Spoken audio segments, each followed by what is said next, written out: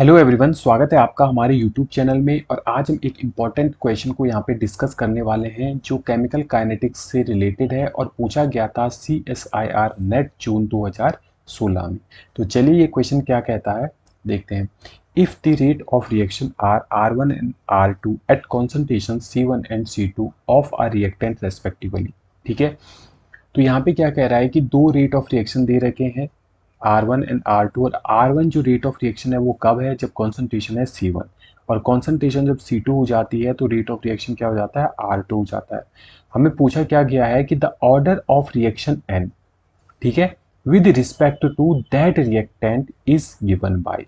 ठीक है, अब ये जो रिएक्टेंट की कॉन्सेंट्रेशन दे रखी है C1 एंड C2, इनके रिस्पेक्ट में हमारा जो ऑर्डर होगा रिएक्शन का वो क्या होगा, राइट।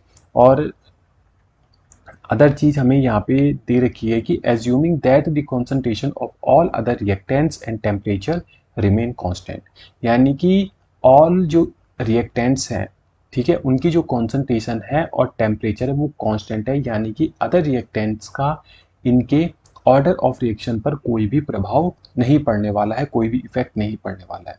तो इस क्वेश्चन को कैसे सॉल्व करेंगे, तो सिंपल है। आपने एक लॉ पढ़ा होगा, law of mass action. Mass action ये क्या कहता है, ये कहता है कि जो रेट ऑफ रिएक्शन होता है वो डायरेक्टली प्रोपोर्शनल होता है रिएक्टेंट की कॉन्सेंट्रेशन की पावर n की। ठीक है, तो अगर मेरा रेट ऑफ रिएक्शन R1 है, उसकी रिएक्टेंट की कॉन्सेंट्रेशन क्या है, C1 है, तो उसकी पावर n के डायरेक्टली प्रोपोर्शनल होगा रेट ऑफ रिएक्शन। ठीक है, और n क्या रिप्रेजेंट कर रहा है, ये इंपॉर्टेंट है, ये कर रहा है ऑर्डर ऑफ रिएक्शन जो कि पूछा गया है। ठीक है, बट हमें किसका, R2 का भी पूछा गया है दोनों के रिस्पेक्ट में, तो R2 भी क्या हो जाएगा, directly proportional to the C2 की कॉन्सेंट्रेशन की पावर n, और n क्या है, ऑर्डर ऑफ रिएक्शन। ये कर दिया।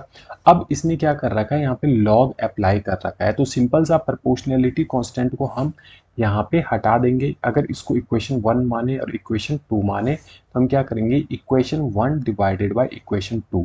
तो मैं लिख सकता हूँ यहाँ पे R1 divided by R2 will be equal to C1 divided by C2, और इसकी पावर n, इसकी भी पावर क्या आ जाएगी n। तो यहाँ पे हम लिख सकते हैं कि R1 divided by R2 will be equal to C1 divided by C2 की होल पावर n, क्योंकि दोनों की पावर सेम है तो मैं होल पावर n यहाँ पे लिख सकता हूँ।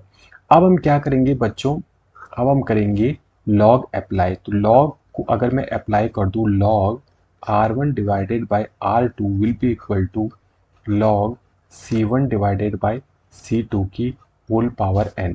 ठीक है, तो ये क्या हो जाएगा, log R1 divided by R2 will be equal to, power पहले आ जाएगी तो n log C1 divided by C2। तो हमारा क्वेश्चन सॉल्व हो ही चुका है। तो log R1 minus log R2, क्योंकि log m अपॉन n क्या होता है, log m minus log n। ठीक है, will be equal to n, यहाँ पे भी वही लगेगा, यहाँ पे भी क्या आ जाएगा, log C1 minus log C2। तो ये जो n है, तो n इक्वल टू क्या आ जाएगा हमारा, log R1 minus log R2 divided by, यहाँ पे आ जाएगा बच्चों log C1 minus log C2। तो ये जो ऑप्शन है ये आपका करेक्ट हो जाएगा, और ये दे रखा है ऑप्शन ए में, यानी कि ऑप्शन ए आपका राइट आंसर है। उम्मीद है ये क्वेश्चन आपको समझ में आया होगा। आपको केवल एक कॉन्सेप्ट यहाँ पे आना चाहिए था कि जो रेट ऑफ रिएक्शन है और हमारी जो रिएक्टेंट की कॉन्सेंट्रेशन है उनके बीच में रिलेशन क्या होता है। यदि आपको ये ध्यान में रह जाता है तो ये क्वेश्चन आप आसानी से कर पाओगे, और इसी प्रकार के कॉन्सेप्चुअल क्वेश्चन हमारे नेट और गेट में पूछे जाते हैं। उम्मीद है क्वेश्चन आपको समझ में आया होगा, तो प्लीज़ हमारे चैनल को लाइक, शेयर एंड सब्सक्राइब जरूर कीजिएगा। मिलते हैं नेक्स्ट क्वेश्चन में नेक्स्ट वीडियो के साथ।